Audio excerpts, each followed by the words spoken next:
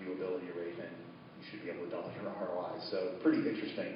The data itself, of course, is only good if you take action on it, right? And that's why real-time data is so important, because it's actionable.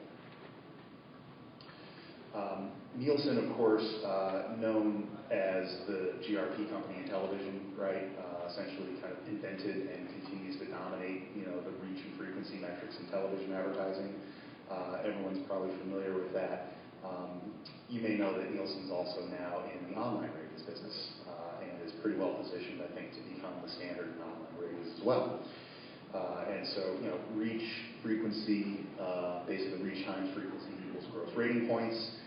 This is what television advertisers buy against. This is what they evaluate performance against. It is a common currency in television.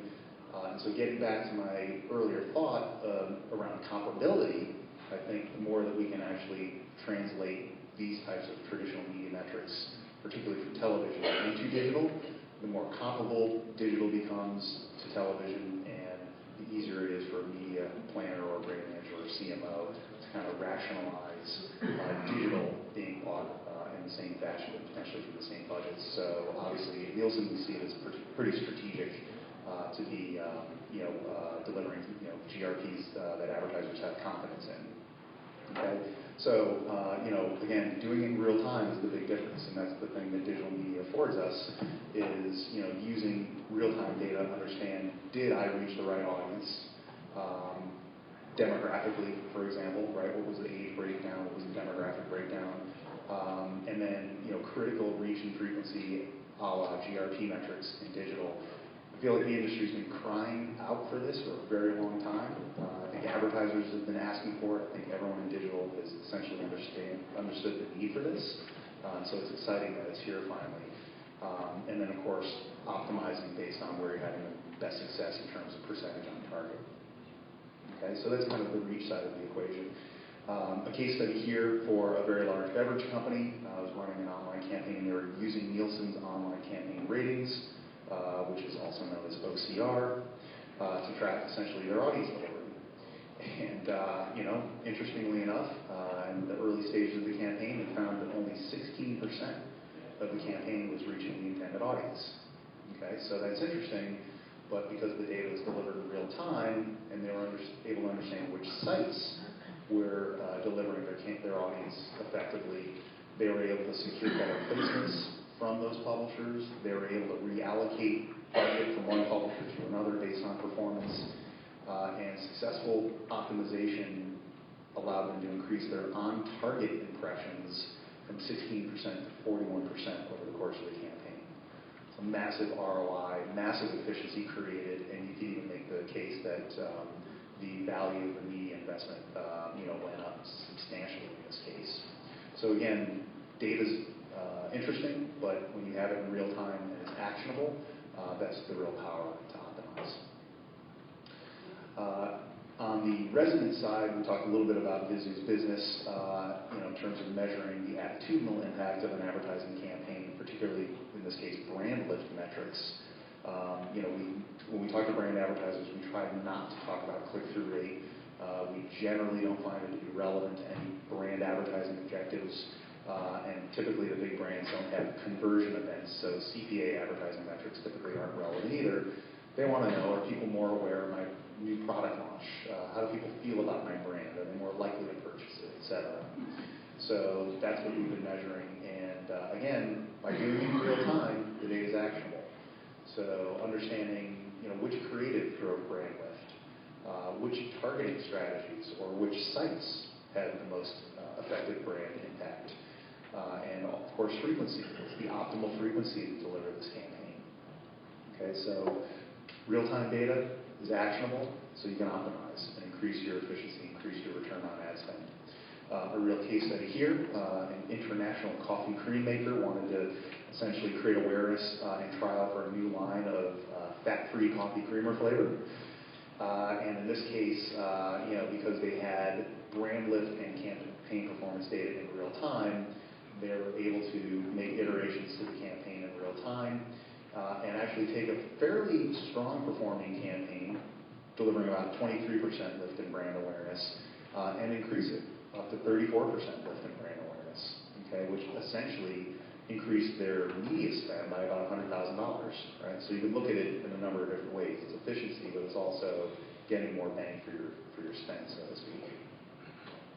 Okay. And then, a lot of marketers are looking to do some kind of later stage or even post-campaign diagnostics, right? So it's great to actually optimize all the campaigns in flight, based on reach, viewability, brand lift, but a lot of marketers want to go a little bit deeper, and they're willing to kind of have something at the end of the campaign to take a look at that's a little bit more nuanced around things like, post-campaign analysis of, brand lift by audience, right? So it's great to know I had brand lift across the board, but did I have brand lift against my target audience, or were there other outlier audiences that I had brand lift against that maybe I should be considering targeting moving forward? These are more kind of custom research approaches where you're using long-form surveys. You might be kind of recruiting people into a multiple question type of a survey environment so that you can kind of branch the data, cross-tab it, and get some of these deeper insights. And of course, you can go very deep on things like creative and messaging, right? What was the right message? What was the right design of that ad, et cetera? And again, TV comparability. One of the most important things I believe for digital media to kind of have that next kind of growth spurt is for us to start to talk to the TV advertisers in their language and capture some of those dollars a little bit more quickly. And here's just a plot actually of how some of these post-campaign diagnostics look. Really impressive stuff. The Nielsen research team is comprised of some of the most brilliant minds in the media business. I usually can't understand anything they're saying, but once or twice I get a couple sound bites, and they're able to actually plot campaigns against effectiveness of a creative or an ad around attributes, right? So how successful was this campaign in being remembered? How successful was it as being seen as entertaining, informative, educational, right? So there's lots of negatives and positives, of course. And stuff does show up down below. Sometimes campaigns are irritable or confusing or boring. And so if you're able to go to that level and actually cross-tab it against the individual audience demographics, it just informs much more strategic future marketing decisions and media planning and buying decisions. So in summary, and then we'll take a couple questions if anyone has one. Nielsen's 3R framework is simple, but most importantly, it's actionable, right? So it's end-to-end, measuring the full spectrum of the campaign, and essentially real-time optimization of reach with real-time optimization of resonance is the key to producing the most positive reaction or most positive outcomes. And of course, if you are working with one vendor who's able to provide all of these solutions and tool sets, particularly with a single tag, which is one of the advantages that we're looking at here, it makes it a very efficient process. And breaking it down into things like viewability, audience delivery, reach frequency, GRP, and then being able to do significant post-campaign deep dives not only improves the current campaigns, but helps inform future optimizations. And again, if you can get into things like measuring offline sales and talk to television advertisers in common metrics, my belief is that that's one of the things that's going to spur the next big kind of growth phase for digital media. So, move through that pretty quickly. Anybody have any questions? Right in front. In terms of this move towards viewability, a lot of this is based on the advertiser's perspective and increasing their ROI. Most of this is based on the advertiser's perspective and increasing their ROI, which obviously is important. But what about from the publisher side? I work for a publisher who has a very limited, we're a niche site, we have inventory constraints, and we want to boost our advertisers' ROI, but we simply don't have the inventory. So what about our situation? And my second question, if I may, what about adoption rate? Do you see a point where people will no longer be looking at delivered impressions and only be looking at viewed impressions? Great questions. So as everyone knows, viewability as a metric approaches around viewability are very nascent. I mean, we are in the first inning. Again, we don't even really have yet formally agreed upon standards about viewability. 3NS is putting forth some standards right now that I think are going to be adopted, but there's still some debate, right?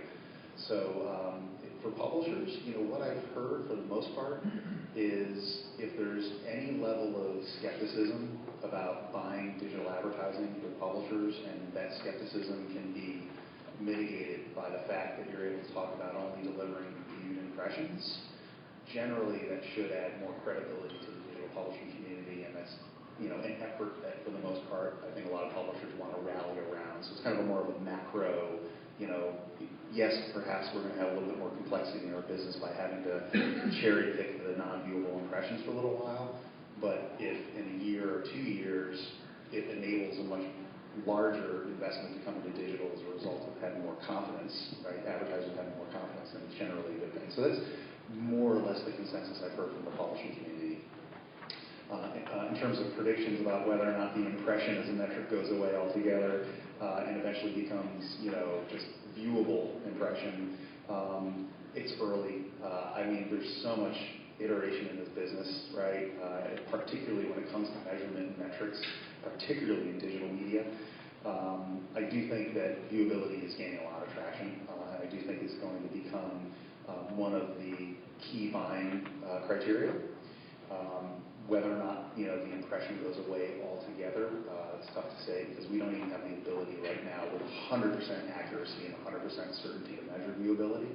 So a lot of folks might argue, well, you're not even able to measure it 100%, so how can you get rid of the kind of larger impression level metrics? So, we're heading in that direction. I don't have a crystal ball, but I think there's probably some iteration of viewability and some other metrics, that we probably haven't contemplated, frankly, in digital media. Is there a question over here? Okay. Hi, Nick Dimitri, FTI Consulting.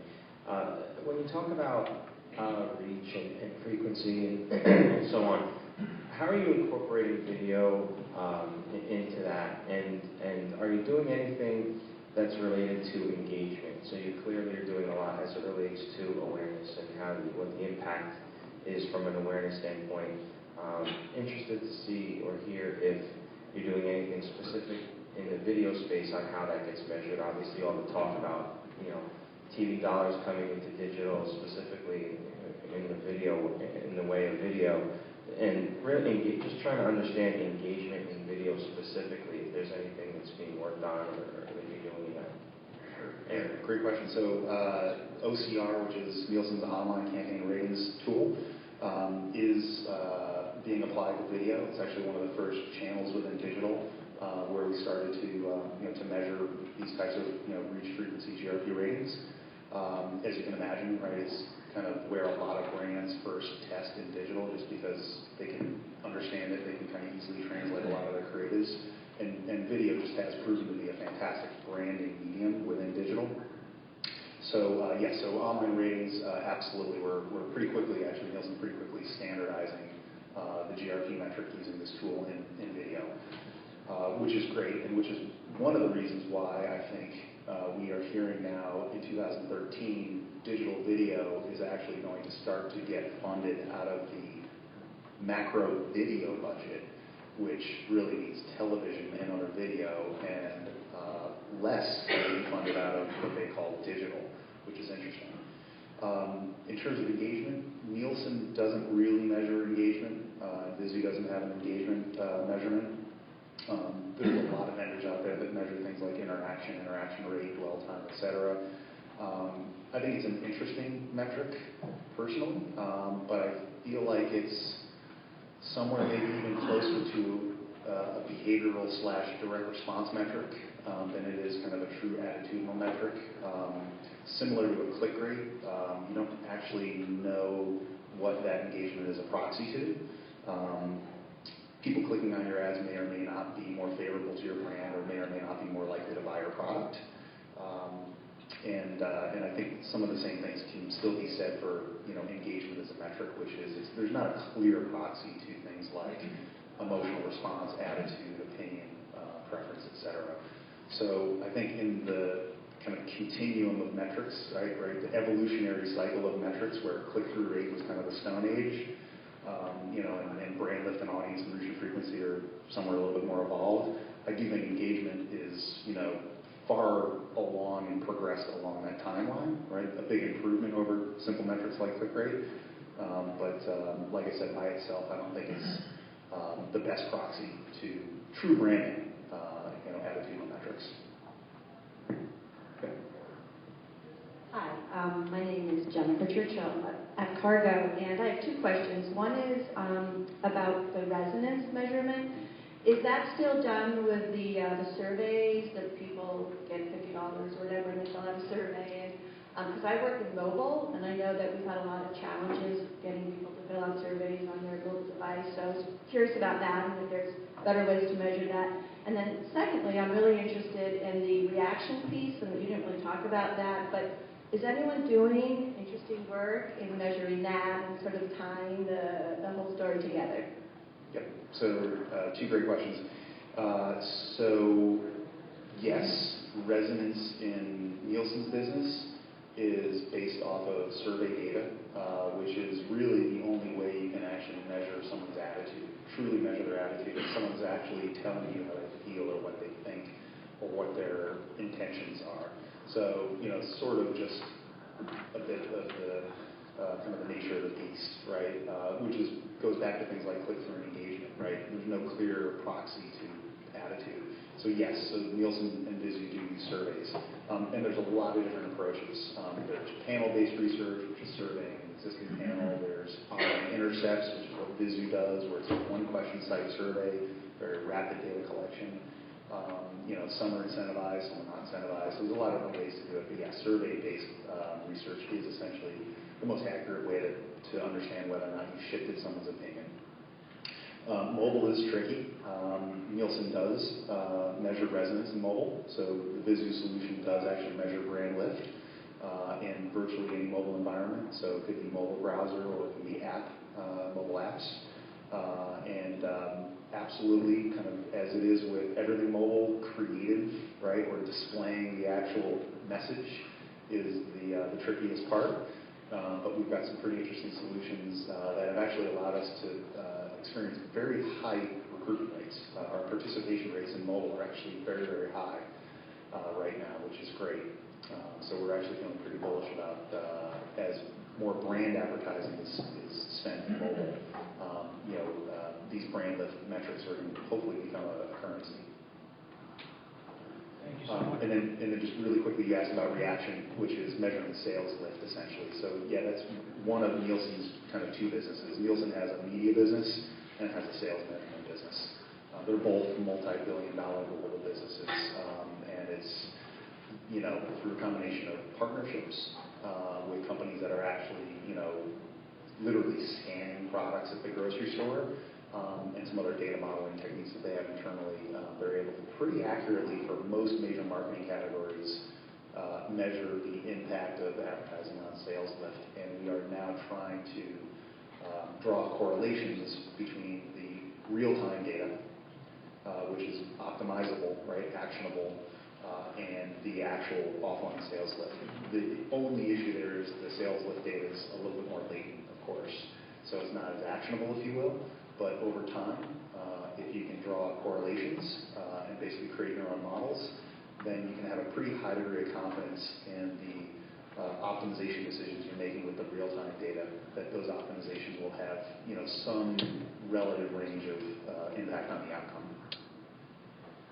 Sean, excellent presentation. Thank you very much. If you have additional questions for Sean, you'll be around a little bit, right? Yeah, I'll hang out. Great. We're just going to reset the room. Feel free to grab some coffee, take a break. We're going to be right back here at 11:30 sharp with the OMMA display show on Steve Smith. That'll start at 11:30. Thanks once again to Sean. Appreciate it.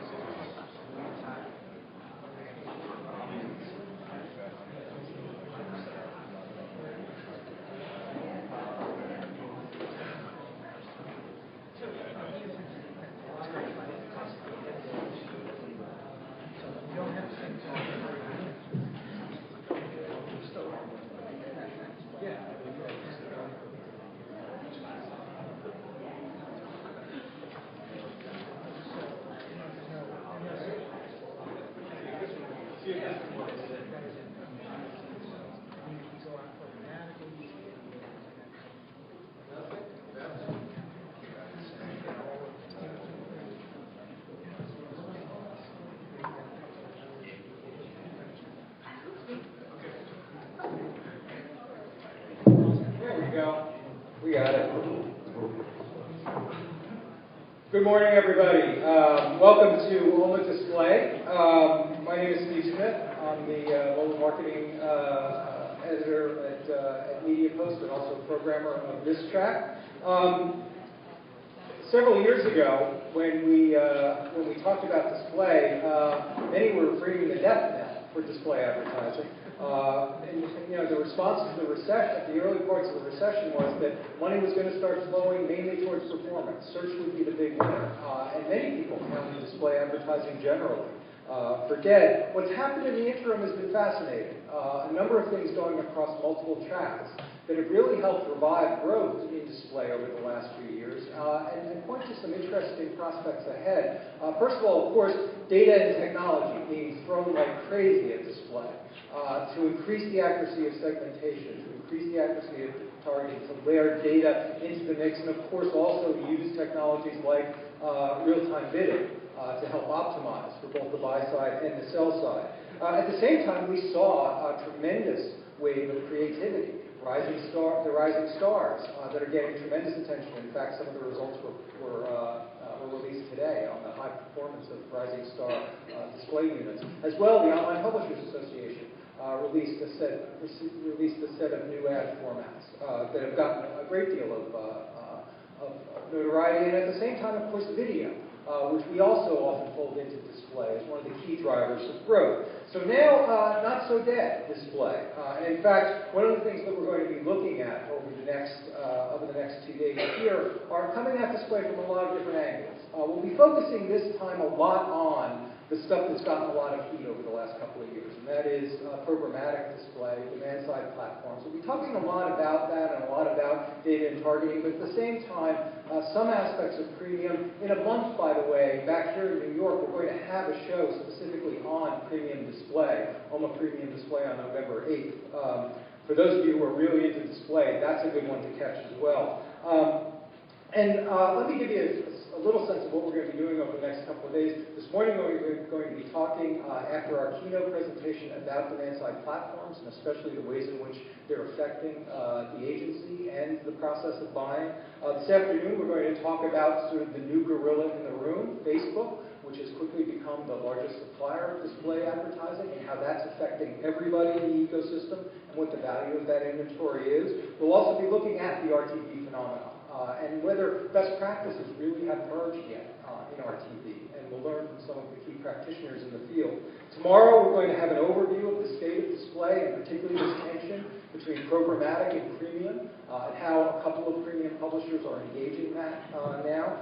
Private ad exchanges will be one of the topics tomorrow. We'll also be looking at the rise of native ad formats, another response to the challenges of display over the last couple of years, and talking to several suppliers of native display ad units, making the case for whether these units really are scalable in the end.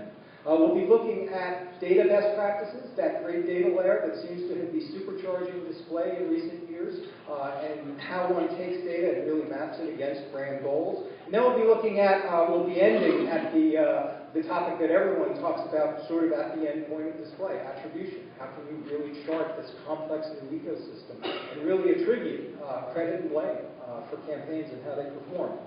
But today we're going to start with something that I think we do too little of when we do, especially these shows, especially about display over the last couple of years, and that's a real example of how these technologies are being deeply integrated into a brand. The ways in which the technologies are being absorbed by a brand with very specific brand goals, very specific sales requirements and goals, but also an infrastructure that needs to absorb these technologies and make best use of them, and see how that influences the entire strategy of a display program, of a data program, of segmentation, and then also on the other end, attribution. So we're going to sort of start with a soup to nuts approach of two companies that have created a very evolved platform in this regard. A real model of how this happens from beginning to end point.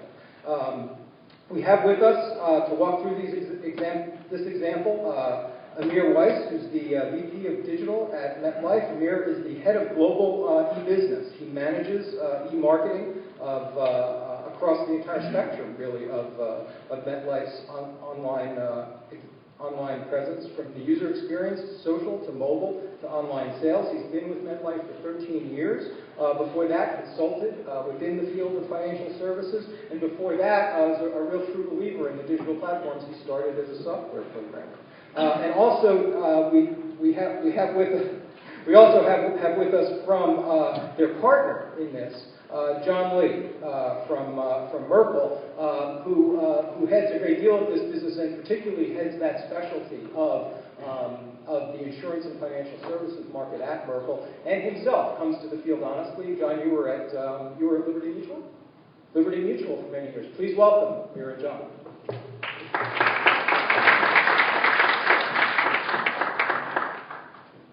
Good morning. How is everybody?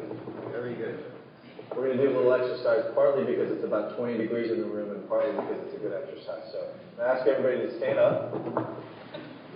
We're not going to do calisthenics or anything, but if you've never thought about purchasing life insurance, then go ahead and sit down. That's never come through as a thought. Wow, everybody's standing. If you've actually bought life insurance once in your life, then stand up. If you've never bought it, go ahead and take a seat. Okay, that's not what I figured. And if what you have is sort of more than what you bought through your employer, or more than 10 times your salary, then you can stand up. If you bought less than that, and we're not going to take names because I have to leave one later. So that's about what I thought it would be. Really a pretty small percent of us. Thanks, everybody. You can sit down now. And again, one more time. A pretty small percent of us end up having what we think of as the very bare minimum of life insurance. And there's a number of reasons for that. And that was really the context for why we got into really upping our game. Right? We've been doing what we've been doing for 140 years. MetLife is a big company, and we're a leader in this industry. But really, if we don't adjust, then our position and our vitality, our longevity is at risk. So I'll give you a few points of context for this. The first of which is, when we look at premiums, they've been flat over the last couple of decades, to be honest with you. We're about a $12 billion revenue industry today, and we've been about a $12 billion industry for at least the last 10 or 15 years. To put that in context, water bottles, all the bottled waters, that's about an $8 to $10 billion industry. So it's sort of middling, if you will. It could be a lot bigger. It should be a lot bigger. But the truth is there is a lot that prevents people from buying this. In the face of that, many fewer people aren't buying life insurance. So what we're seeing is that life insurance has gotten very sophisticated and very good at ascertaining risk and pricing people appropriately. But in order to do that, we do a lot of tests. We have a really long purchasing process. Right? Those of you who stayed up, you know that it takes a long time to buy life insurance. What you end up with is usually kind of a very pushy salesperson that helps you with that and that is there to do that with you. We also see that in the younger markets, those who are under 35, and in the middle income markets, those who are between $50,000 and $100,000 of annual income, that penetration has really dramatically decreased. And that's because, again, the process is too long. People are expecting to be more knowledgeable about the products that they're purchasing, and there's been more and more of a disconnect between our expectation as consumers today in the digital age and the offer that we have and the traditional way that we've been selling life insurance. So another piece of research is when we go out and ask people, well, why aren't you buying? Why is it that these middle income or middle market customers aren't buying life insurance? And the good news is that more than 50% of them are saying, you know what, I actually intend to buy it. I want to buy this product, or I intend to have more of it.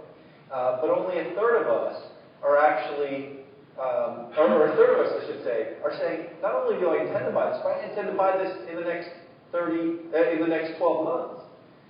But when it comes to actually going through the process, it has become such an onerous process. It's become such a long process and one that has so many potential pitfalls that only 1 out of 10 of us actually, by the time that the process is done, is still interested in this product.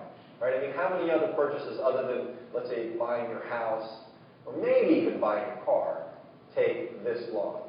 Take 2 to 3 months on average. So we saw this need and we said, you know what, we really need to revolutionize the way we're selling and thinking about life insurance, the way that it's understood, and that was the context that we got into with this. The consequences of not doing this are incredible, not only for MetLife and our industry, but for people who don't have insurance. And insurance is one of those things that, you know, if you buy it when you're young, it's actually really cheap. If you buy it when you're older, then, you know, it tends to be very expensive.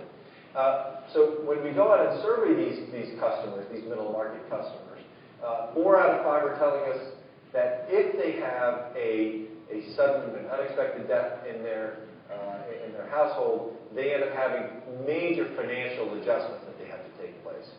70% of them just have to cut discretionary spending. About a quarter of them end up having to move. So, you know, it's really pretty drastic.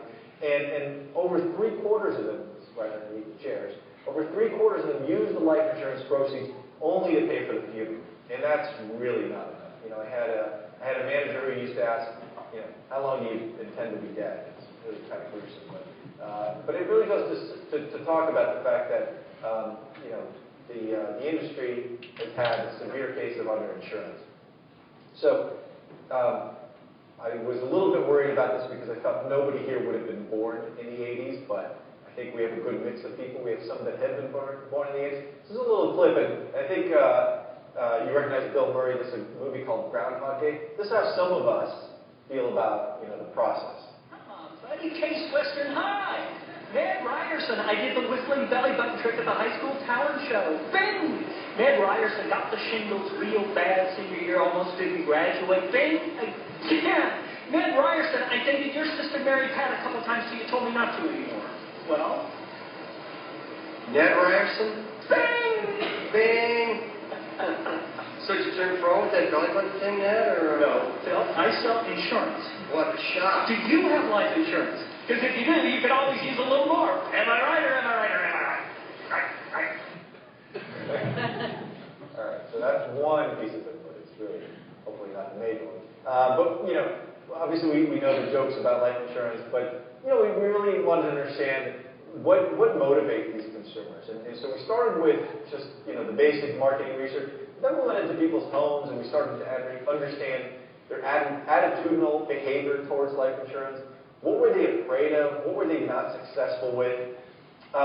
We looked within MetLife. What about us was making this a tough purchase process?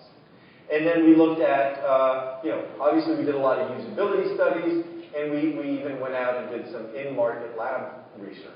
So once we had kind of the before picture of what we think are the things that are preventing people, that really helped inform what our strategy would be. And so the strategy needed to deal with these issues. Consumers were telling us that they couldn't find pricing information very easily. They had a really hard time researching these products online or in any other channels. It was kind of a high-pressure environment where you know, somebody who knew a lot more about this process was telling them what they should have and getting a higher commission for selling you the more complex products. And so it was a very kind of asymmetric relationship and one that didn't engender a lot of trust. The medical exam was something that people really didn't like. It was a very manual process in terms of how we got paid. And altogether, it took 2 to 3 months to buy a life insurance policy. And so this was what we intended to revolutionize. When we look at what's out there today, this is also kind of fun. This is one of my favorites. It says, if you died today, who would take care of your family? Which is just awful. This is a little girl crying at her father's tombstone, which also, interestingly, the tombstone looks like it costs about $40. But, you know, we just scare the crap out of people. And that's not a very good way to start a relationship. Another thing we do that says, tomorrow is what you make it. What can we make with you? Which I thought maybe was a dating site ad or something, but it was for life insurance. But it was kind of confusing. Here is Susie Orman. Susie bought from this place, so should you. Because Susie bought there. That wasn't really enough. That doesn't make you feel, you know, like you've addressed any of these issues that we found in the prior research. And protective secure T rates are dropping. I mean, I love protective security rates. I don't know what they are, but they're dropping, and it's only 36 cents a day, so we're competing on price, and that's really not the only thing. And so, we see again and again examples of where life insurance is just an interruption. We're not really adding value to the process, and we're making it harder to buy. So the reinvention had to do with transforming the way life insurance is bought and understood, and that started all the way from how we attract people and how we follow them and track them throughout the purchase process. We re-engineered the process so that now we have something that instead of taking 2 to 3 months to buy, you can buy online at the same price that you would have bought in the traditional method, but you can do it in 15 minutes. And then finally, we needed this marketing environment that would really allow us to say, all of these lessons that we learned, all of these insights that we got from the research, are they really playing out, and who do they play out with best? And that's this marketing ecosystem. We needed to understand, are these customers doing what you expect them to do, and are they purchasing the way you thought they would? So we developed this middle market prospect database, we called it. And key to that was the fact that we had to create one view of a customer from start to finish, from where they start as somebody who is viewing your message, whether on TV, whether online, or any other media, and track them all the way through the sales funnel and make sure that we're getting the right touches. So the end result was, we needed to be able to segment these people. We needed to be able to attribute, and the gentleman from Visa talked about this a little bit, attribute what are the marketing touches that really make people go through the sales funnel. And then we needed to be able to take that learning and then apply it to more targeting and better targeting. So we came up with these marketing segments. And we took publicly available information. We took our Accuen database of 200 million customers, and we said, of the people who are buying, how do we segment them? How do we create these distinct groupings of customers that look like the people we were hoping to get from the research? And what are they interested in? And so we developed these specific segments. This one's called, for example, Young Achievers. I see a couple of Young Achievers out there that talk not only about who they are, but also what motivated them, what media were they looking at, were motivated by, what are their attitudes towards life insurance, and how do we find more of these? And so when we took these market segments, we looked at, from top to bottom, first of all, how much of the U.S. population do they represent? And then how much of that are we getting? And how quickly are they going through the sales process? So I'll give you an example. These Young Achievers, they represent about 1/3 of the country, which is a good place to start. They're terrific. They're young, they're healthy, they have enough money to buy life insurance, but they weren't really becoming leads often enough. And so we said, well, there's an opportunity there. How do we target more of those people? Because once we do bring them in, we see that they become customers, so they go from a lead to a purchase at a much, much higher rate. They over-index on their conversion from a lead to a purchase. And then finally, they are a great value. They are a great lifetime value customer. They really are the kind of people we want to purchase every day.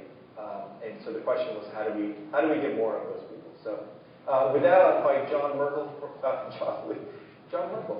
Lee from Merkle, who's going to talk a little bit more about our database. All right. You guys hear me? Okay, great.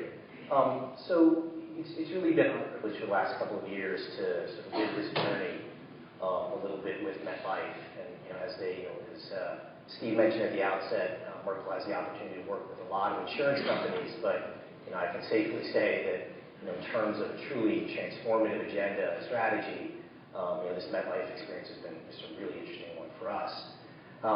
The role that we've played here amongst the several sort of really significant agency relationships that MetLife has is that of MetLife's analytics agency. I think that's sort of the foremost role that we play there.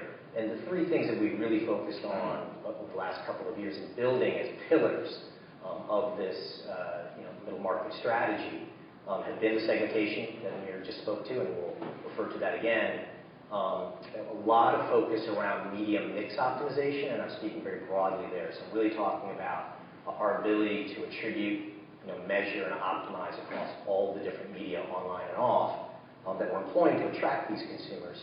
And then ultimately interaction optimization, or what a lot of us think of as targeting across these platforms.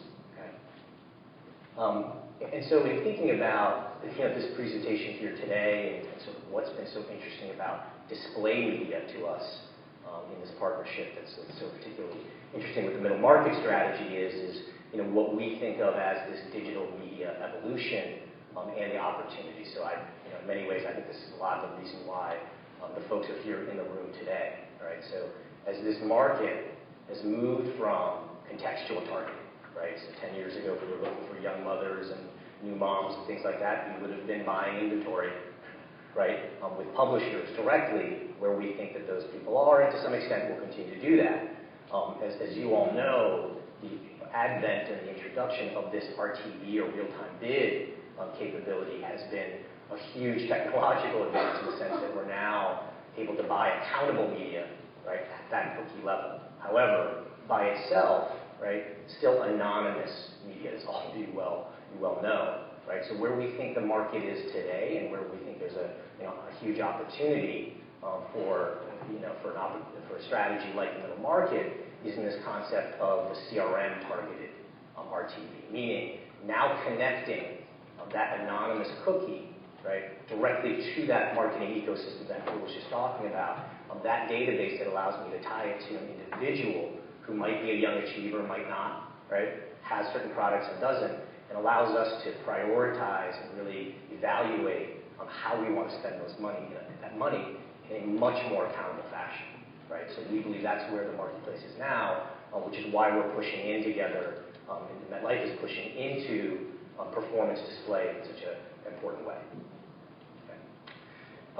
So in order to take advantage of this, and we're still early stage here, sort of early version, but it's in the development, building off of that marketing ecosystem into this concept of the digital marketing value chain.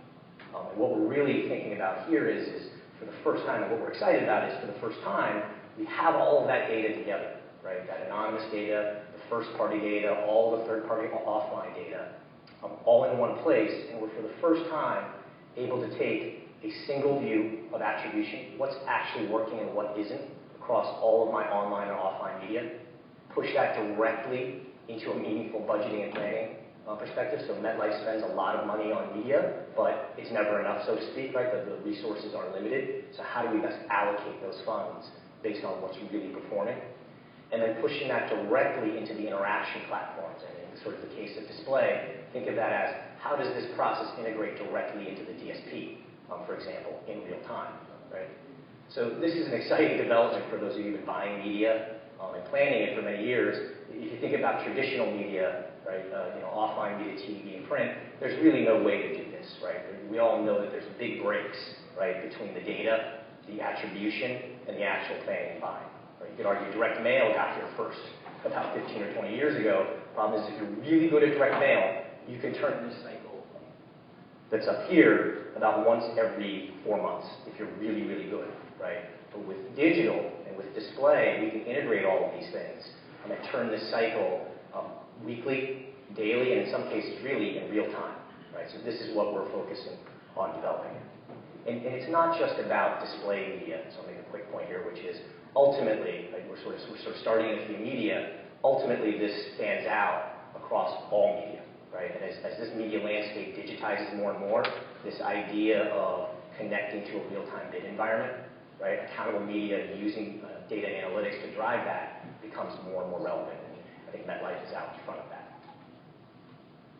So a little bit about attribution is one of these big core pillars here. So Amir talked a little bit about segmentation. The other big piece that we need to nail here is the truth about attribution, right? And if you look at this top band running across the slide here, that's a representation of all the different things that might be happening to any one of you as an individual before you make that life insurance purchase decision. So somebody out there is a new customer, they bought a new policy for $200,000, and they're a young achiever, and that's great. Lots of media touches happen across online and offline to make that happen. The real truth is most of us, and this is where MetLife started, use a direct attribution approach, right? Meaning the last click or the last view that led to the click, led to the conversion, gets all of the credit, right? Clearly, and many of us all know this, it's not the accurate view, and we get stuck in that, right? What we're really trying to get to is a view of how all of these media actually contribute, right? And get partial credit to the actual conversion of that individual, right? And that takes a very sort of sophisticated approach that MetLife has invested heavily into, right?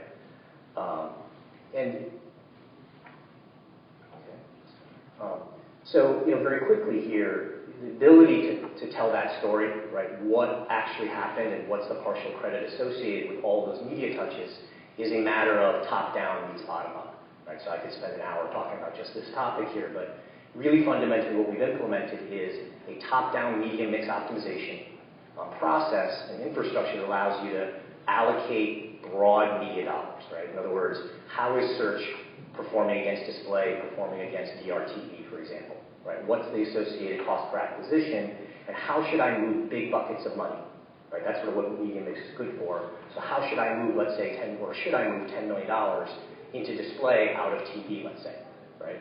And then the problem with that is now what, right? What media mix doesn't tell you is now what do I do with that insight? Bottoms up, or digital attribution, right, which is dealing with all of that granular impression data, helps you get to the answer of, hey, look, within that 10 million in display, right, what are the specific tactics, right, specific placements, specific strategies that actually work relative to the other media, right, and how should I go about implementing those? So it's really a question of bringing both of those things together that gets to the truth. And so, a little bit of this in action, we blinded some of these numbers because they're somewhat sensitive, but directionally what's come out of this process, interestingly for this room, is the actual reallocation of dollars out of TV into display. You can sort of see with the two different bars here what a direct attribution, or kind of what the story was before on performance, and what the story is after, right? And as it actually turns out, things like search that were high performing based on direct attribution are still high performing, but we've understood through our sort of more sophisticated approach that it's actually being over allocated, right? And as it turns out, and this is a fact here, display is the most efficient media, and dollars are being reallocated there, right? So it's really important to get this right and to really understand the performance of the media so that we're spending the money in the right buckets. The next piece of it is implementing this bottoms-up attribution, right? So media mix is basically outputting, and there's a lot of complexity that goes into it, outputting what that previous slide shows us, which is how do the relative media perform, right? But bottoms up, we get into being much more actionable, right? So it gets into things like performance of specific tactics at a cost per quote and cost per acquisition level, and shows you how they're different between a direct attribution versus not, right? Gives you very specific, fractional attribution outputs associated with frequency insights and things like reach, right? So it becomes very actionable at the bottoms-up level, and we think we need both of those things in place to really get the results. Okay. So one initiative I just want to drill down into for a quick second here is that's sort of a use of all of this data and all this insight is the segment targeting in display, right? So Amir introduced those segments previously, like the young achievers, like the young moms, and it's great. That was a survey-based segmentation that we mapped down to the database, right? So every household in America, every individual was a part of that, but it was built with offline data. Well, how do we actually go about, and can we actually go about targeting these people through display? And the answer is yes, given that whole sort of evolution that I was talking about. But there are challenges, right? So number one is the application of segmentation online, which is the point I was just making, which is it wasn't built for display targeting, right? If it was, we wouldn't have all the richness of the data that we had associated with it, right? The anonymous nature of the internet. Consumers using online and offline channels to interact with MetLife, right? So it's one thing to go and track somebody who clicks on a display ad, fills out the application online and buys it that day, which of course is a wonderful path.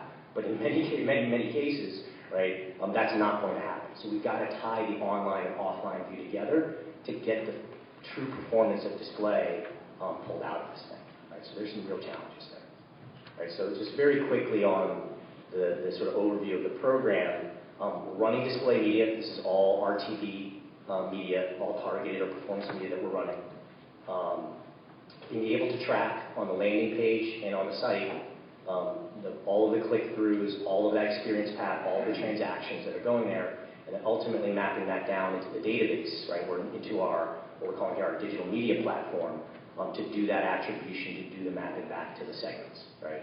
And it's really, you can sort of see in the bottom box there, it's a matter of integrating the database, right? That offline database that has all the segmentation, all the attribution rules built into it, right? And being able to execute against that directly through the DSP. Okay. So when we talk about targeting, the question comes up here a lot as well. So how do you go about targeting these individuals? And I'm sure there's people in this room who are absolute experts in sort of the state of the art around performance targeting. But just to give you a sense of some of the things that are in our toolbox, you know, the concept of lookalike modeling, right? So we're taking the people who are converting, right?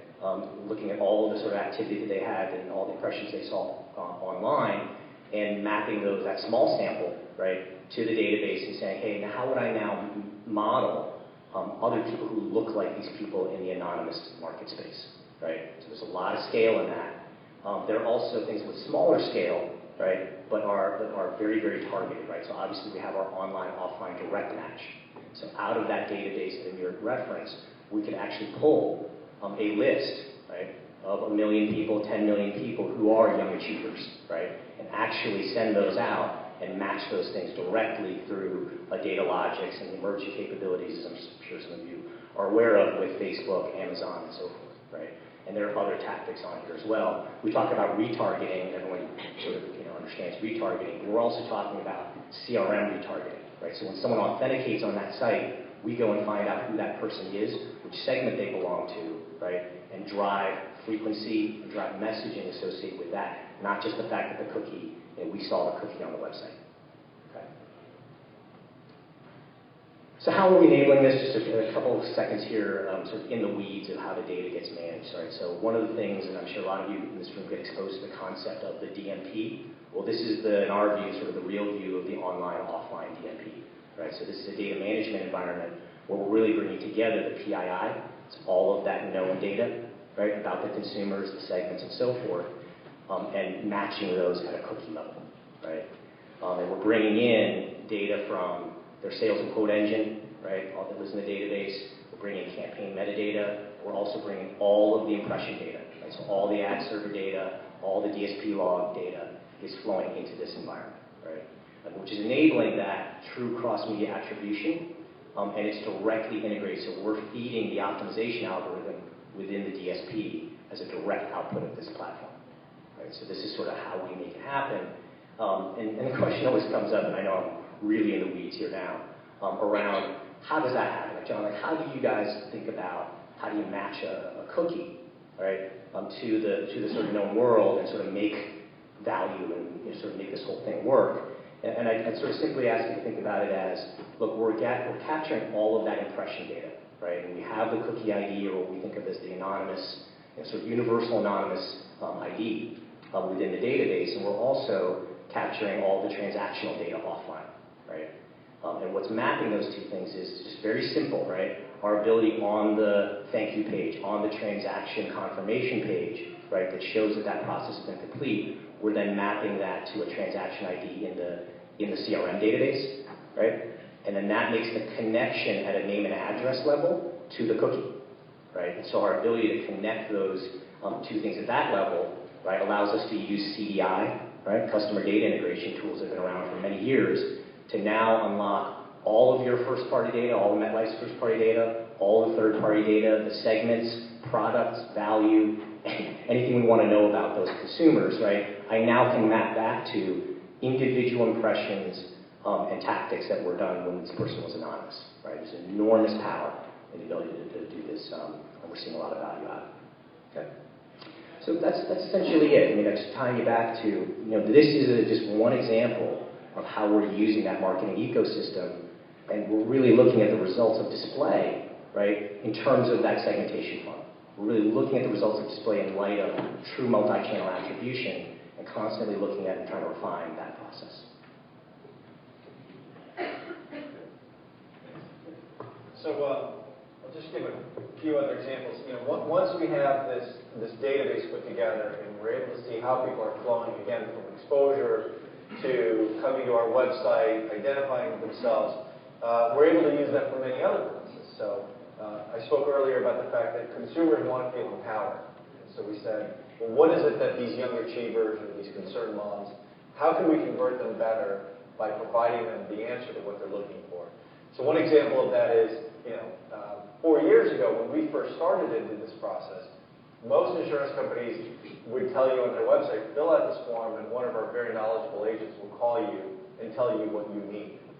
And we took a different approach and we said, come to our website, don't give us your name right away, but here are some very easy tools for you to find out what does this cost, what should I be buying, and what are the next steps. And by doing that, we're able to triple the percent of people who became a quote that then purchased. So from quote to purchase, we tripled that conversion rate just by providing a price. And now we see that many of our competitors have followed up on that. This is another example of how we put more and more data into this marketing ecosystem, this infrastructure. We use something called session recording, and we can view live sessions of mouse movements, clicks, people typing, and we aggregate that information as well as look at it on a one-on-one basis to see, heat maps. Where are people paying attention? Where are they dropping off? What buttons are being missed? And again, we can segment those things based on who's coming in and how they came into our site. We do a lot of testing. We do a lot of multivariate testing, and again, this informs how people come out the other end of the marketing and prospect database.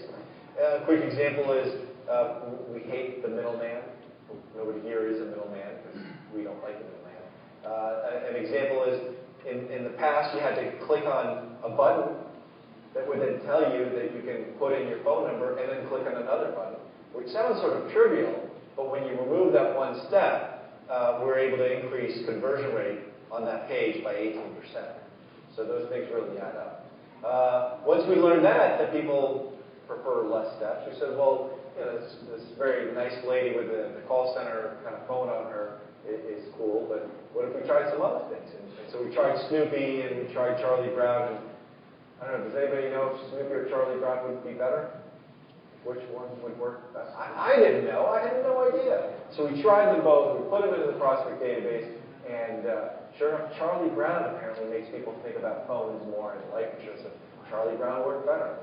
So all of these things kind of come together and give us a better ability to target. We found through this research and through this insight that these people are spending more and more of their time on mobile devices. Again, not new for most of us, but when you think of life insurance, you think, well, wow, people really research life insurance online. And the truth was that although in 2010 only 14% of Google searches for life insurance were online, now it's more like a third. That's really significant for, again, a company like ours that's been working in the same way for 140 years.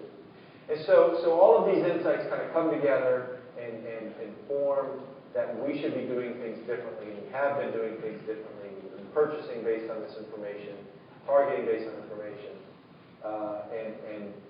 The net effect is we've had tremendous growth, as you can see by these numbers. I'm only teasing. We've had tremendous growth. We've had, something like a 74% year-over-year growth.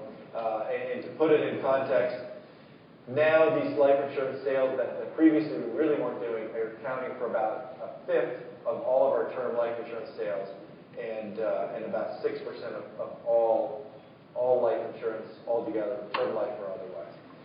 So it's been core to us, and it's been part of our growth strategy and couldn't have been done in any other way.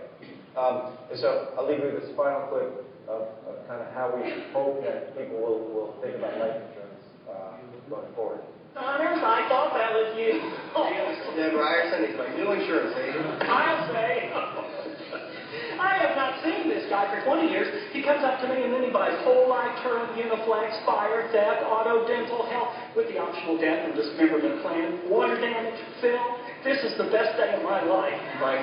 Mine too. Where are we going? Oh, let's not spoil it. Oh, let's not. Oh, I got that. So we're happy to take a few questions from anyone.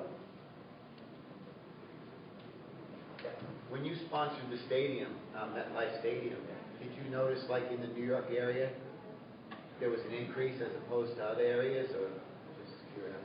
That's a good question, and one that my colleague in brand advertising would be happy to answer. But I'll give you the short answer, which is the Northeast is actually a center, and that stadium specifically is a center for really national spectators.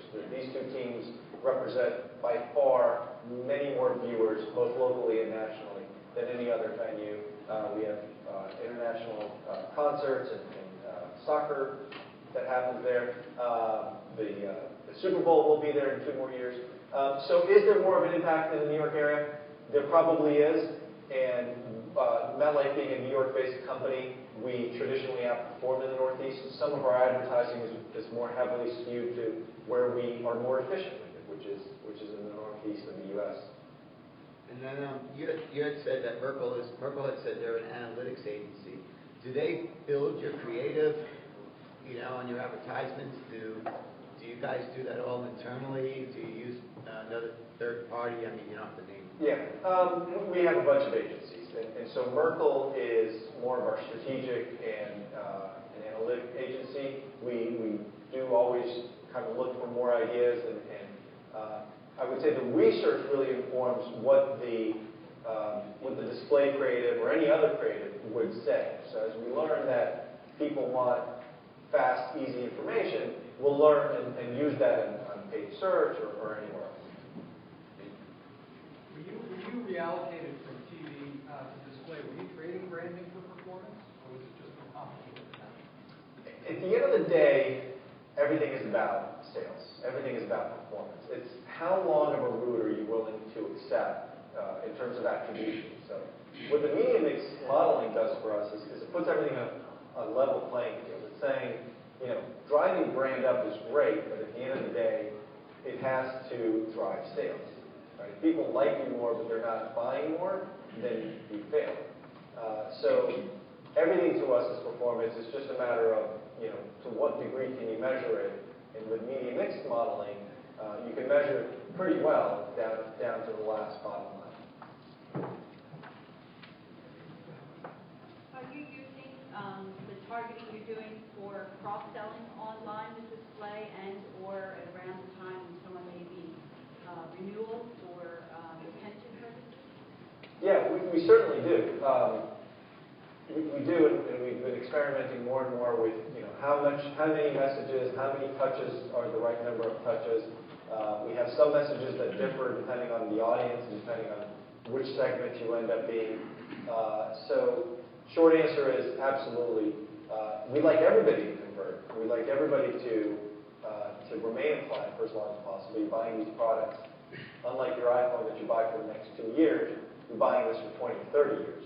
So we make a strong effort to keep everybody, but the messages that we send may be different for different people. I don't mean to monopolize. You had said that the younger population are the people you want, right? They're going to give you a lot of money over time, right? So that's a good thing. But they're all on the mobiles. I mean, like my kids, they don't even talk if they're in the same room. I mean, they text each other, whatever. How far are you mobile, or iPad, whatever, the iPad, the tablets? I'll spend a little bit. I thought you were going to ask for tickets to the stadium. Well, that's last question. We should have gone. But anyway, so the short answer is we're getting there. We just launched our new mobile website this past week. We're launching some mobile apps. Our business, although it's shifting into this direct business that talks right to consumers and that we're trying to attract more of these younger customers, our business still is traditionally agent business. And so, the mobile applications we're building as an example, just one of the audiences is consumers. The other audience is the agents that sell for us, and how do we empower them to be able to do that? So it's huge. Tablets are huge. more and more sales agents are walking around with tablets, and consumers expect you to be there. It's no longer a plus, it's a given.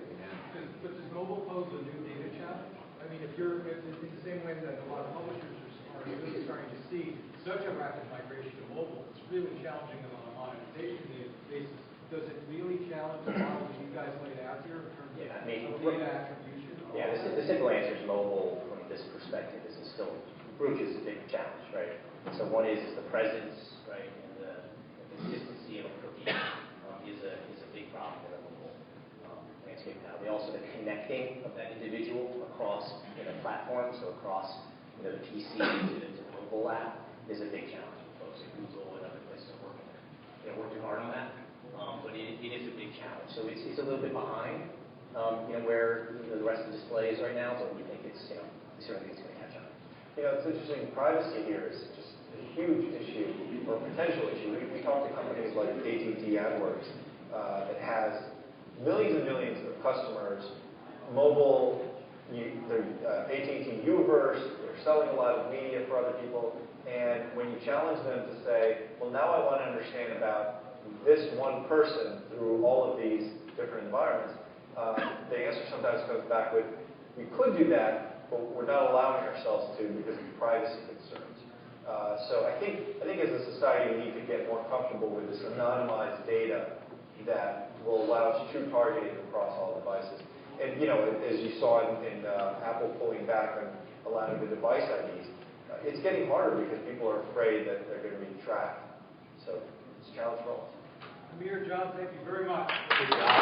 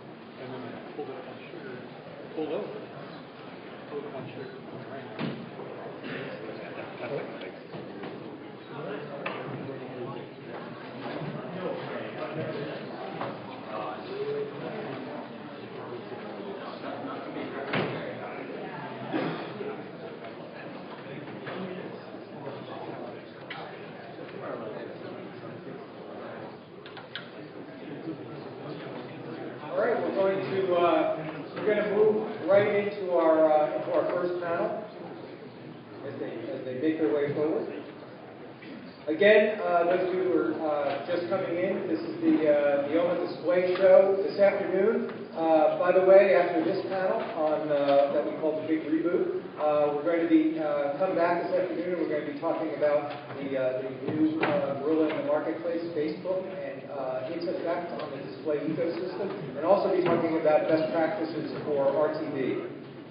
But first, we sort of wanted to talk, we started with the brand's eye view of leveraging data and the display ecosystem, and I think in a very detailed way. But now we're going to also move to the next run, and that's talk about the agency side view in the ways in which new displays, new demand-side platforms are really changing the game. It used to be easy to tell the difference between the sellers and the buyers in the ad industry.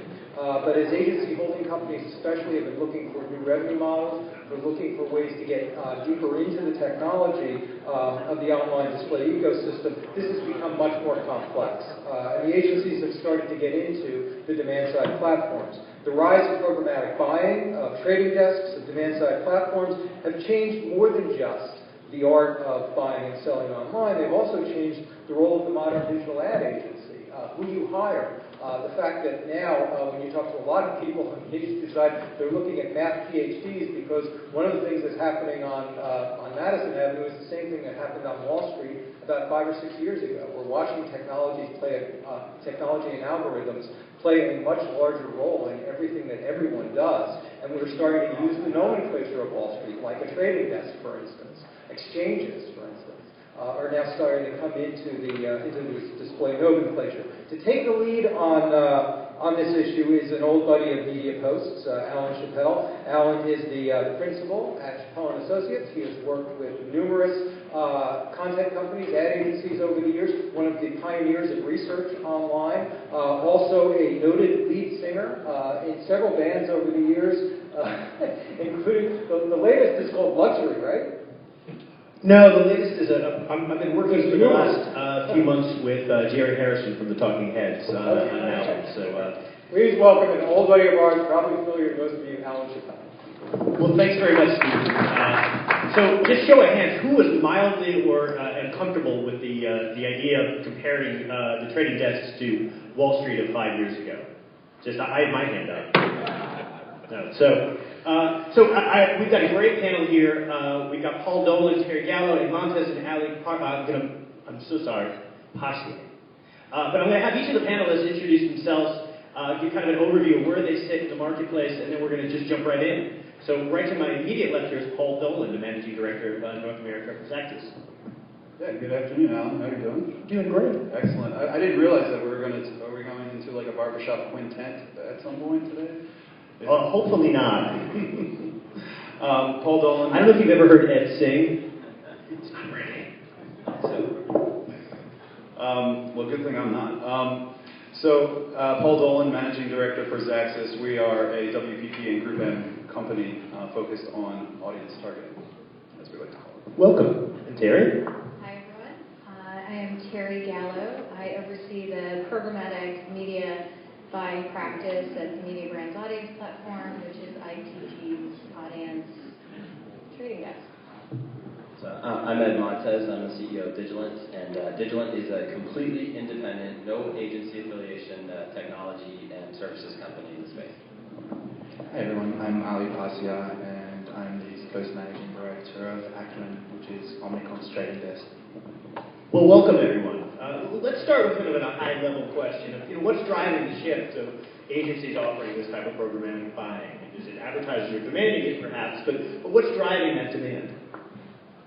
And we'll start with Paul, but we're going to try our best not to do the circular thing. Well, I think it's a combination of demand and innovation, and the development of additional technology and data, so that the proliferance of data that's available in the digital space, and how do we actually make media buying in digital more data-driven, and then these technology platforms that have come across over the last few years. So advertisers are demanding it, but agencies are expanding their suite of services to provide data-driven, technology-driven media buying solutions. Yeah, I have to say I agree with Paul. I think data is at the center of it. I kind of see this data fragmentation and data paralysis that's driving it.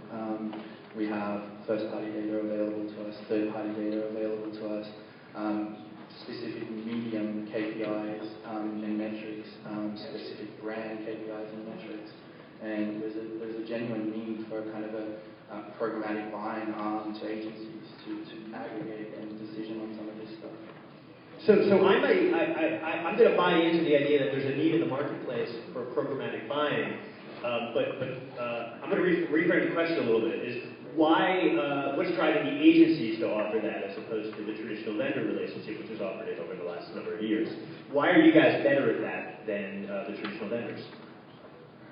So I think, for us, certainly, the advent of programmatic came at a time where we see proliferation of data and technology and inventory availability. But for an agency to be able to offer competitive, best-in-class services as it relates to harnessing all of these capabilities is certainly paramount for Mediabrands. And that's when Cadreon came to be about 3 years ago, was sort of at the center of these things and being able to deliver best-in-class services to clients who wanted to shift from purely looking at digital media as a complicated event for planning, buying, and do things much more effectively and efficiently. Let me try and take a stab. I don't know, pragmatic approach approach. So I think all of the answers given have been accurate or part of the story. I think, pragmatically speaking, I think the technical innovation, because of the rise of supply, led to sort of the first steps in programmatic. And then I think the explosion of supply led to I think a lot of the opportunity from a financial standpoint, from a buying perspective, right? There's a lot to buy now in the programmatic space, and there's a big opportunity, and I think we all think there's a big opportunity in the programmatic space. And I think agencies, generally, the big holding companies in particular, buy a lot of media. So I think it's their core competency, right? I mean, the media buying agencies, anyway, is buying media. So I think that's why they need to be in the programmatic space to understand and develop the expertise, et cetera. Okay, that certainly makes sense.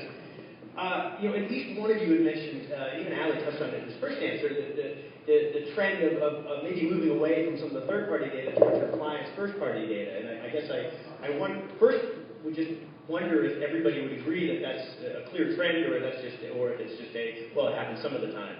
So firstly, and then second, what's driving that trend? We'll start with Ali, because I think you were one of the ones that had mentioned it.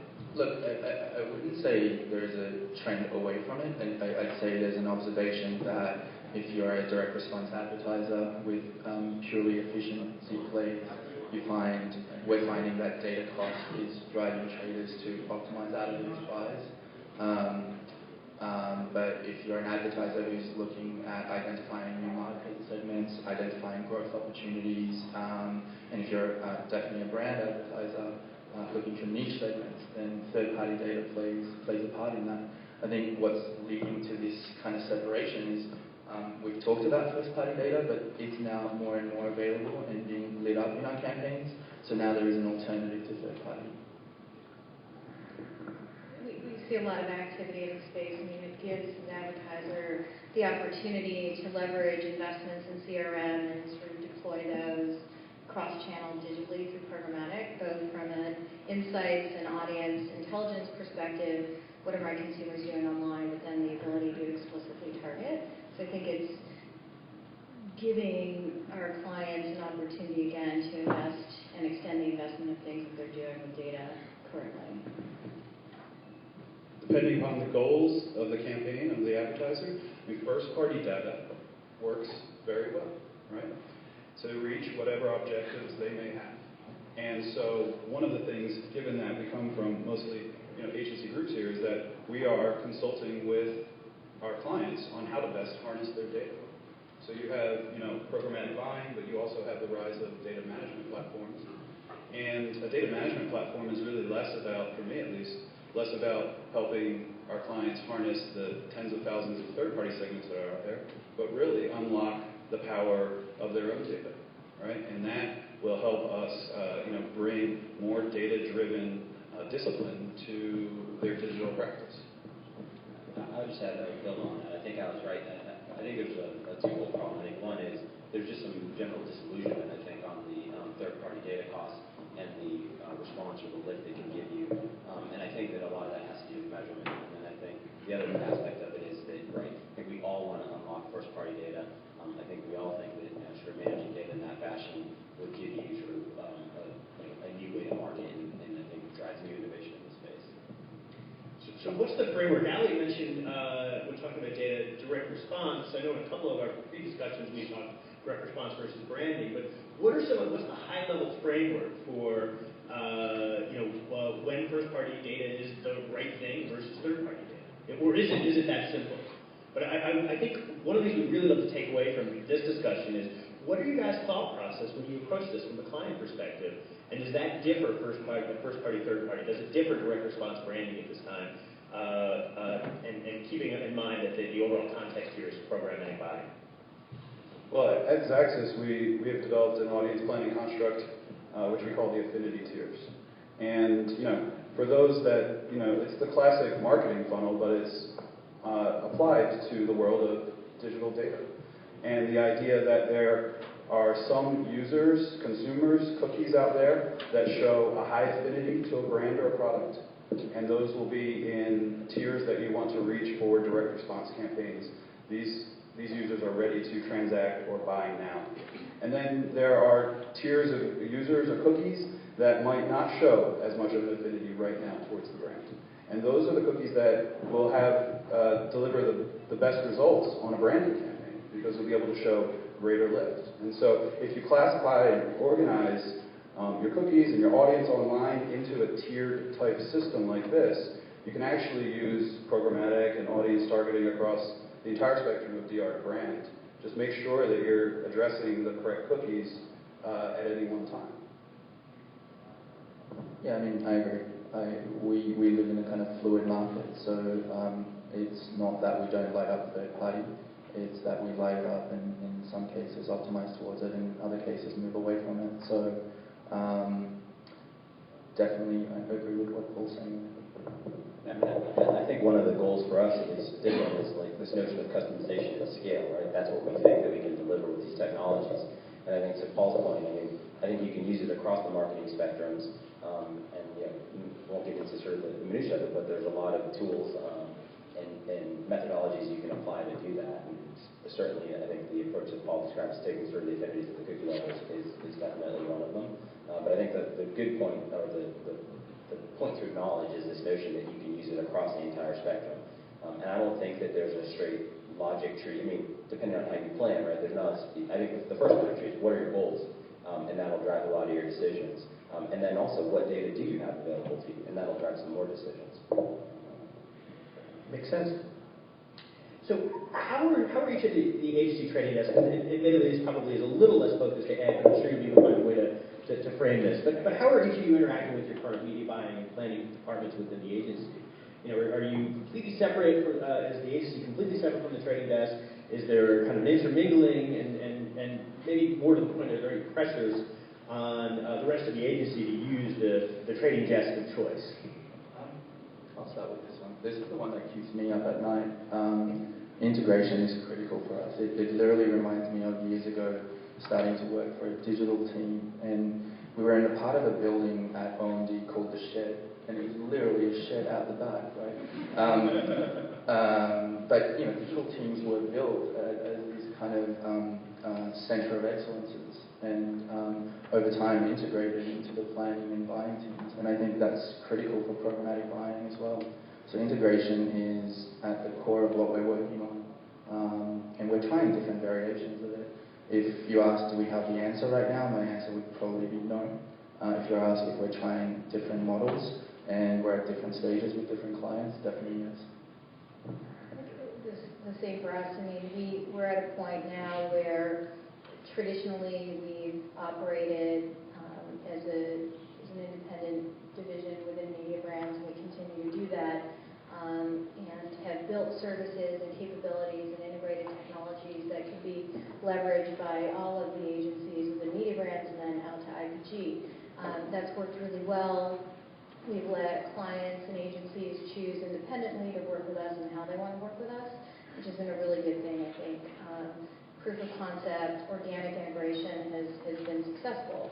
There's a lot happening now, right? There's a lot of momentum behind programmatic buying. People are getting smarter. Technology is getting better and more enhanced. We're deploying cross-channel initiatives, which is really exciting. And at this time, I think that also has created an environment where we're looking at different models and different ways for the agencies and clients to think about how they work with us. I mean, at the end of the day, we believe what we're doing is a fundamental shift in the way digital media will be transacted in the future, and we want this to continue to grow and flourish in as many ways as it can.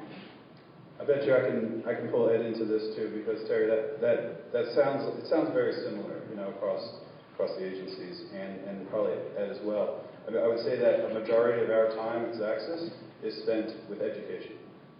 Education of our clients, education if we are working through agencies as well. And through that education, you can create engagements or relationships where certainly we can help. But the first step is to educate. There are no mandates. Clients are not forced to work with a single trading desk, at least not at WPP, not at Group M. But if I can get in there and help educate a client, then they will be more eager to pull my team into planning meetings, to pull my team into briefing meetings, because we are helping to advance and evolve the way that they look at digital. So, that's what we do. Education is a key focus. My observations are from the outside in, if you will, at this point. I think we sell, or we try and talk to all different levels and all different groups, right? So clients, agencies, trading desks. And I think it takes that kind of effort just to educate. I mean, first we have to educate on what we do and who we are and all that types of things. And then we have to help them sort of through this planning and education process that is part of the client. So I would say, some groups are better than others at listening or sort of taking input from the outside. But I think everyone is evolving. I think Ali's point is, I think it's all a work in progress. No matter what the model is at the holding company, it's been my experience. There's always an opportunity for conversation. Might not like it, but there's an opportunity for conversation, and I think that has evolved. The way the reception is evolving and has evolved from 2-3 years ago when we started to today. So just quick thoughts. Scale of 0 to, or scale of 1 to 10. 1 being completely separated, 10 being completely integrated. Where are you able to be strongest? How are you able to serve your clients better? Completely integrated is number one. I mean, but for us, from a media planning agency or a digital media agency to Xaxis, from a benchmarking perspective, from a measurement perspective, we are compared to any other publisher, network, or vendor that might be on a digital media plan. So from that standpoint, billing and all that, we're completely separate. But just like any of those other partners or vendors, the more integrated that we can become into the planning process, the more value that we can provide. So in that case, Xaxis is not any different than a Yahoo or an AOL, who's trying to get as high up in the planning process as possible to provide maximum value. And so, that's the way I look at it, is that we are one of those partners out there that can help educate and evolve what clients are doing. Yeah, I mean, I worry about a slightly different model as well, which is the biggest part of our digital workforce may become de-skilled as the RTB and the kind of direct space merges. And we have to look at a model of where companies are like ours are not just providing a service, but are fully integrated that allows them to use us as an application where they extract what they do in their day-to-day jobs out of the platform that we make available to them. If we think Accuen, at least for us, is going to continue to be a service thing, I think we're going to run into long-term problems. I think that's a good point, and I think all three of my agency friends here have different technology models in their groups, and I think that I think everyone's point, integration, sort of plan development, sort of campaign structure, those types of things. It doesn't matter if you're inside or outside. I think the closer you are, the better results you'll get. I think the question becomes, the reason that I did what I did was because I thought to develop technology, the technology development in and of itself should probably be a separate thing. I could be wrong, and I think there's different models for different parts of the technology across the stage. But I think that's where you may see some separation. So help me unpack that. When you say the technology model should be a separate thing, I'm struck by that, but I'm not entirely sure what you mean. So can you help me understand? Yeah, I mean, my experience, I worked in an agency before I did this, and my experience was that my workforce wasn't particularly adept at developing sort of long-term technology models, investing in technology over the long term. And I think that, again, represented on this stage, these groups are very different, but and everyone has a different model, so I don't want to speak for anyone. But I felt that, especially 2.5 years ago, the types of talents that you would need to recruit, the types of investment that you would need to get in order to innovate, participate, and create new solutions in this space were probably not something that an agency wanted to invest in 2.5 years ago. Now, I think that's also evolving, and I think the agency models are evolving, and I think that's why you see different levels of technology investment today from the different groups. But that's what I mean. So it seems to me that it's sort of a truism at this point that programmatic buying has a negative impact on CPMs from a publisher standpoint, or at least it certainly can. I mean, do you see this changing over the next couple of years? Do you see, as you're sort of sitting on the other side of this equation, but you're certainly dealing with it on a day-to-day basis. And I just would love to hear your thoughts on that. So, sorry, I struggle with that one, right? Because I think supply and demand drive price. I don't think the process in which you activate a marketplace drives that price as much. So if I look at the display and video marketplace, I see quite consistent CPMs in the video marketplace, and programmatic buying, at least in our group, is quite heavily active there. So I think it's more to do with supply as opposed to going, programmatic bit buying became a thing and therefore prices went down. I think we demonstrate lower prices maybe by driving efficiencies, but not because we're putting downward pressures on price per se.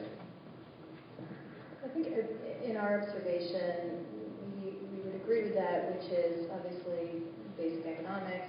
It's about supply and demand, but more importantly, what's been surfaced through programmatic buying is, since we're driven by delivering specific business outcomes for our clients, we, through these channels, have been much more effective at sort of isolating the right media opportunity, the right data opportunity, and in some cases, prices have increased when the opportunity is right for a client, and in other cases, they decrease. So I think sort of this pervasive concept that prices are being driven down because of programmatic or because of RTB or as a result is actually not accurate to what we've observed, essentially. We find great efficiencies in certain types of media, absolutely, and those efficiencies are gained in many different ways. But then in certain cases, we've also seen prices increase when we've been able to specifically identify the right piece of inventory or the right match of an individual or an event that we wanted through programmatic. Can you give some more specifics of circumstances where the rates would increase? So I think that the beauty of programmatic, at least in our implementation, is to combine data, media, and technology with human thought, right? In a case where we have a particular client who is looking for various sets of specific individuals, whether hand raisers for a particular automotive activity or somebody that has just taken a series of events or done a series of things that we feel are very impactful for a result. In those cases, we might find individuals to match that in sets of inventory that may have never met the plan initially, may be viewed as sort of long-tail sets of inventory. And in those cases where a publisher could be picking up 75 cents, $1.50, $2 to $3 from this sort of long-tail set of assets, we might buy it at a rate that's much different than that. So I think that, again, depending on the outcome we're driving towards and depending on sort of the data matches and things like that, we've seen places where rates have actually gone up, sell-throughs have gone up for publishers, and they view it as successful. Yeah, I think it's always framed that it's programmatic buying that's causing the low CPMs. I think the flip side of that is that there's some pretty bad programmatic selling that's going on as well. And I think there's a structural problem in the exchanges around sort of second price, the fact that it's a second price auction, and the amount of supply, sort of what I would say is having buyers or traders not actually bid their willingness to pay because they know that there's an artificial floor, if you will.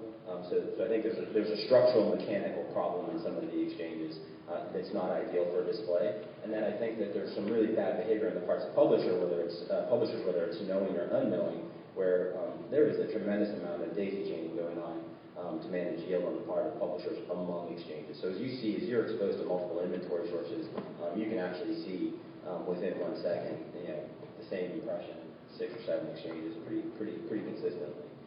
And actually you see very different prices driven by those exchanges. So I think, let's not put it all on the buyers. I think the sellers also take some responsibility for what's going on.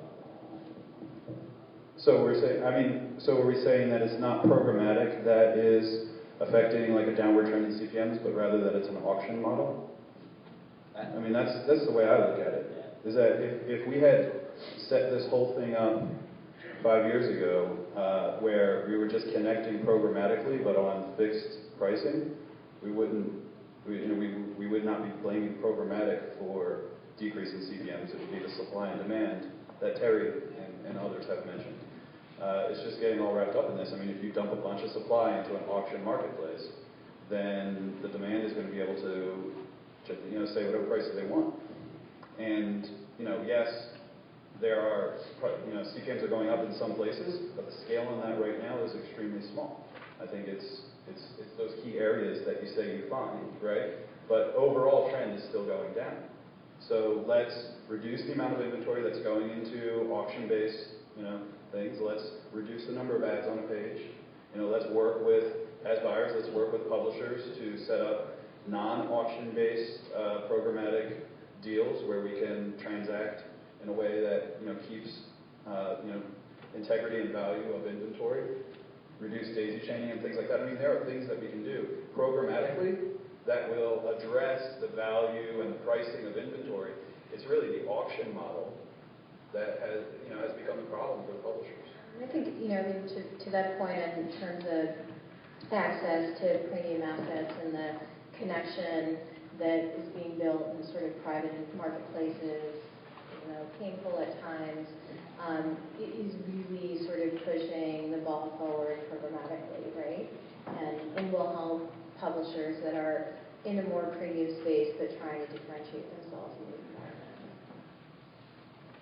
So speaking of high levels of supply, I think in almost all of our press calls, there was some discussion of the Facebook exchange. So I know that there's a Facebook panel later on today, which will go into this in a whole heck of a lot more depth. But having you four on the panel, I thought you'd be remiss in not at least delving into it. What are your thoughts on the Facebook exchange? I think each of you had kind of a very unique perspective. I think, Paul, you might have been the most unique. The most unique. You were the most special. Listen, I mean, we have a number of different charters or things that we that we look to do at Xaxis, and one of them is that we want to help marketers, advertisers reach audiences wherever they may be in the digital world. So it's a very basic thing. When we come into work every day, we want to reach audiences wherever they may be, and so we can do that while somebody's watching a video. We can do that while they're transacting with content that has display around it. And now we have a huge channel open to us where we can reach those audiences while they're on Facebook. And we can bring our own data, our clients' data, to the party. And it just opens up a tremendous opportunity for us to continue that conversation throughout the user's digital experience. And so for us, we're extremely excited to be able to extend our conversation across another huge channel. Yeah, I mean, to build on what Paul is saying, I'd say we were very bullish on this would probably be an understatement. The only thing I would add is I'd love to see some more debate around, brilliant, we now have attribution in the form of post-impression available on Facebook inventory, brilliant, but is it fair? And I'd like to see people discussing that. A small ad unit with a little bit of text, does that have the same value as, I don't know, a much larger homepage takeover or a 300 by 600? I think the conversation needs to go there, but I think Facebook should be commended for kind of opening up and taking that walled garden away per se. All right, we'll move on to the next one. Unless somebody else has any additional thoughts. We're bullish. We've seen some great results early on, and I think as Facebook continues its evolution, it will be very interesting. To build off of Ali's last point too, I'm definitely using, it's odd to think that this is the case now, but I'm definitely using our experience with Facebook to talk to other quote-unquote walled gardens about opening up and helping us reach those audiences in more places. Facebook has really taken a leading edge here in working with marketers to open up, targeting opportunities, and we'd like to do the same with a lot of the other big players out there. Do you see that happening? I mean, over time, I do. Yes, absolutely. I mean, my opening salvo in any one of these meetings right now is, come on, Facebook's doing it, and it's working really well. Why shouldn't you? But it's education across the board. I mean, sometimes you have these businesses that have operated in the digital space in a very specific way for a number of years, There's opportunities with technology and data to do something new and innovative, and not all of these big organizations are ready to move that way just yet. But it will happen. It will happen. I would just say, I mean, I think you need to be very thoughtful as to how you think about the social space in general as inventory becomes available and what becomes available. What's available today, I think it's just the beginning of what's going to become available from Facebook and other players. And then obviously social and the social data is very different than what you have in display, which you have in video, which you have in mobile. And for the types of solutions that I want to build and I'm trying to build, I'm very bullish, but I'm very cautious also how you bring that into sort of the entire panorama, if you will, of choices that you make available through technology and platforms. So much of the discussion here, we touched on video, we talked a little about Facebook. This is OMMA display, so clearly that's the presumption here is that most of them are going to talk about display. But if you add mobile to the mix with all those other three things, you know, I'm sort of curious how programmatic buying works across those platforms. And are you really are we at the point yet where you can reasonably tie user interaction from mobile to display, or from video to mobile, or what have you? And are we still in the experimental phase, or are we getting there? And what are some of the early learnings? So I think for us, certainly mobile is a place where there's a bit of underinvestment, right? Given the amount of activity that occurs on mobile platforms today, devices, what have you, in the consumer space, the amount of money that's moving in that direction from a media perspective is not balanced. So from a programmatic perspective, I mean, we're doing a lot of experimentation, have the connections between what we do in display and video transferred to mobile, not quite yet, but not to bring things back to Facebook, and I know you have a panel this afternoon, but I actually think for all of the slack they've gotten or heck they've gotten in the press around mobile, they have a really interesting opportunity to sort of unlock there and make that connection and tie those data sets. So for us, mobile is a big area. We haven't seen as much investment in the space, but definitely, certainly emerging, and I think part of that is the data, but also the ad formats, sort of cracking what is a mobile ad experience and how do you bring consumers through that journey as well. For us, largely mobile is an isolated channel at this point. We will reach audiences there. We're not currently at any sort of scale linking those audiences across devices. There are certainly a lot of privacy concerns, and we want to be on the side of the consumer in that case. So I think that we're playing it extremely cautious right now, making sure that we're respecting user privacy rights, and we'll address audiences within the mobile channel, but right now we're not doing a lot to try and link those audiences across devices. Yeah, I mean, I'd say exactly the same thing. We're lighting up each of those mediums individually. We're working on platforms and solutions and having a lot of conversations with brilliant lawyers that I enjoy. But do we have a solution? No. No, we're working on it. Yeah, I mean, my take on it is I don't think it's at scale yet. I think that we're definitely working towards that end of being able to have this cross-channel view. I also split it up into two different arenas. One, when you throw mobile, it becomes a lot harder with just sort of the targeting space, or the targeting aspect of what we do and what these companies try and do. And then the other is the valuation aspect and looking at cross-channel valuation of the user. I actually think that we're slightly ahead on that. But the targeting aspect, because I think of some of the privacy requirements and the cookie space issues, are a little bit further behind. So I think I would be remiss without at least bringing up the subject of potential conflict of interest from agency trading desks versus vis-a-vis the rest of the agency. And clearly there have been a number of folks who've thrown that critique at this process. So I would love to give each of you an opportunity to why is that not true, or why is that irrelevant, or why is that, or is it true? I imagine you're not going to think it's true. But I'd love to give you guys an opportunity to share some of your thoughts about it, because clearly it's probably crossed your mind. Yeah, you have to. I mean, it's establishing the proper relationship with clients is critical. I mean, that's where it all starts. And so, for us at Xaxis, it's about education of the clients. And then clients choosing to work with Xaxis. And we've had about 700 clients globally opt in to working with Xaxis because they see the value there. And then setting up a benchmarking process, which is what media agencies do anyway, right? Benchmark media and partners, but benchmark Xaxis according to clients' goals and objectives. And then, between the pricing, performance, value, and insights that we bring, that needs to be, equal to or better than the market. And I will say that, clients are asking for multiple ways or additional ways to work with their media agencies. So I think this conflict of interest does get, is certainly something that needs to be considered. But realistically, our clients want to work with their agency not just on a consulting or FTE basis, but they want to be able to buy products, to be able to buy data, to be able to buy outcomes, maybe work on a performance basis.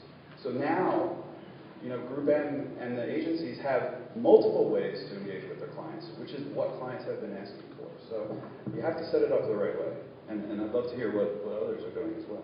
Yeah, I have to admit, I feel like I'm seeing a variation of that question now. I'm seeing people, instead of them asking me more about conflict of interest, asking the question of, do I want you to be my programmatic buyer, just like I may want these guys to be my search partners? Are you guys the best at pressing the buttons and decisioning for me? And I think that's where we're shifting our focus to. As the RTB and the direct space merge, I think that's going to be more the things we answer. I feel like it was a question that maybe my predecessors had to answer a lot more than I do these days to clients that I deal with. I think the same for us. I mean, the question of conflict is sort of moving its way out of the system as we continue to prove value for clients. Clients have a choice.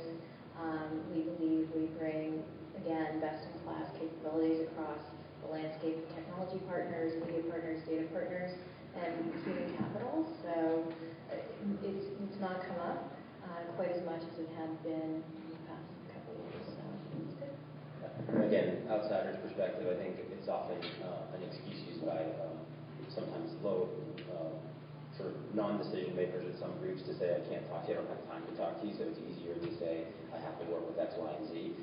My experience with the leadership of these companies is that that's not the case, and pre-point blank has said, we're not telling them that they have to buy us.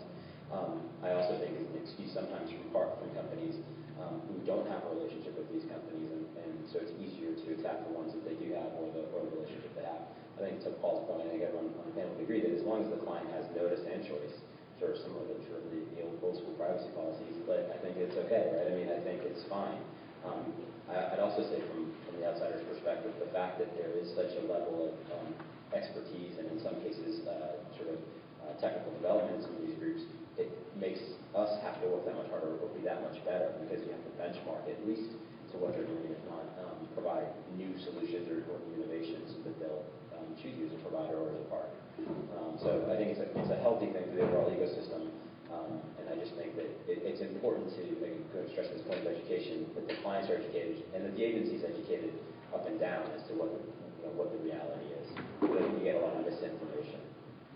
So without disagreeing with anything that anyone said, I'm a little struck by what you said, Ed, in that, and this just may be, I'm looking at this from 1,000 feet up and maybe not paying enough attention, but I thought that one of the reasons for the sort of move away from the larger Havas group was that there was some benefit to being independent. And so it's felt like I'm hearing something a little different than that now, and I just wanted to give you an opportunity to...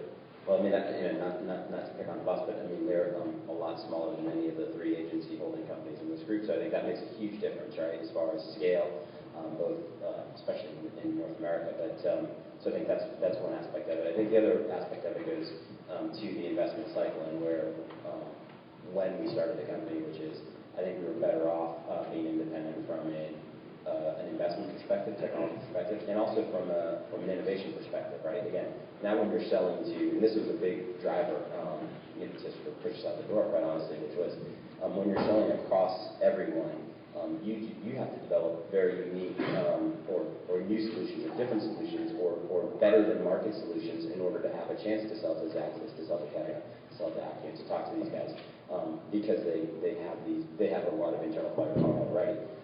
So I think in that respect it made us a better product development company than we would have been had we been inside the agency. Again, that may be unique to us because I think there's been a lot of product development in some of these groups already.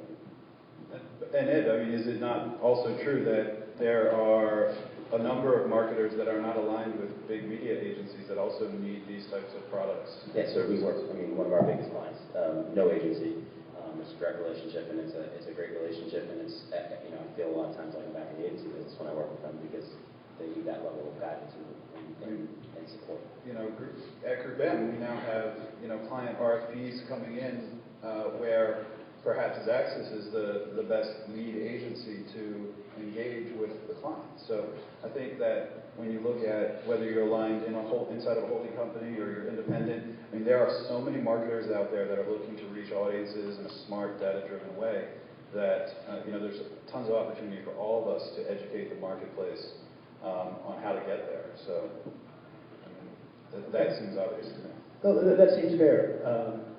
Steve, are we ready for questions? Yeah. Fantastic. Hey guys, Marcus with Michael Jaffrey. Al, you touched on this a little bit, but I was just wondering if you guys could provide some tangible examples of what you're able to do now on Facebook. When you're talking about them sort of bringing the walled garden down and sort of how they're, you know, what you're able to do there versus what you're not able to do, you know, under some other walled gardens. Sure. So the main thing is being able to take third-party data segments and purchase across Facebook on that. And the second thing is the kind of attribution, having post-impression data available to us. They're the two big things in the kind of Facebook marketplace that we're utilizing at the moment. And I'll add on to that. You can also bring client data as well to Facebook. What that means is that if a client has somebody that has recently visited their website, their homepage, they can then continue that conversation the next time they see that user on Facebook. And that, in addition to the third-party data, so being able to target like interest segments or in market segments, for a marketer to be able to continue the conversation once somebody has left their website or their property on Facebook is a new development, and that's very powerful. I may actually add one more thing. My mother used to always say efficiency is a highly evolved sense of laziness. And I find maybe that rings true within every organization. So historically, you'd have to consider, right, I have a buy that I'm activating, and now I have to go and light up this other platform that being simple or not, I have to light up and utilize that platform. Whereas now you maybe don't have to ask that question. You just need to take an additional, albeit varying creative unit, but put it into rotation in the same platform that your traders used to utilizing every day. That creates a lot of efficiency for us. Well, thanks. Steve, you have time for another question? You have one. Yep. Hey, Eric, Try Retail. What's the shift that you guys have seen from a direct buying standpoint over to programmatic? The shift that you've seen from direct display buying to programmatic, call it from 2011 to this year and projections into next year.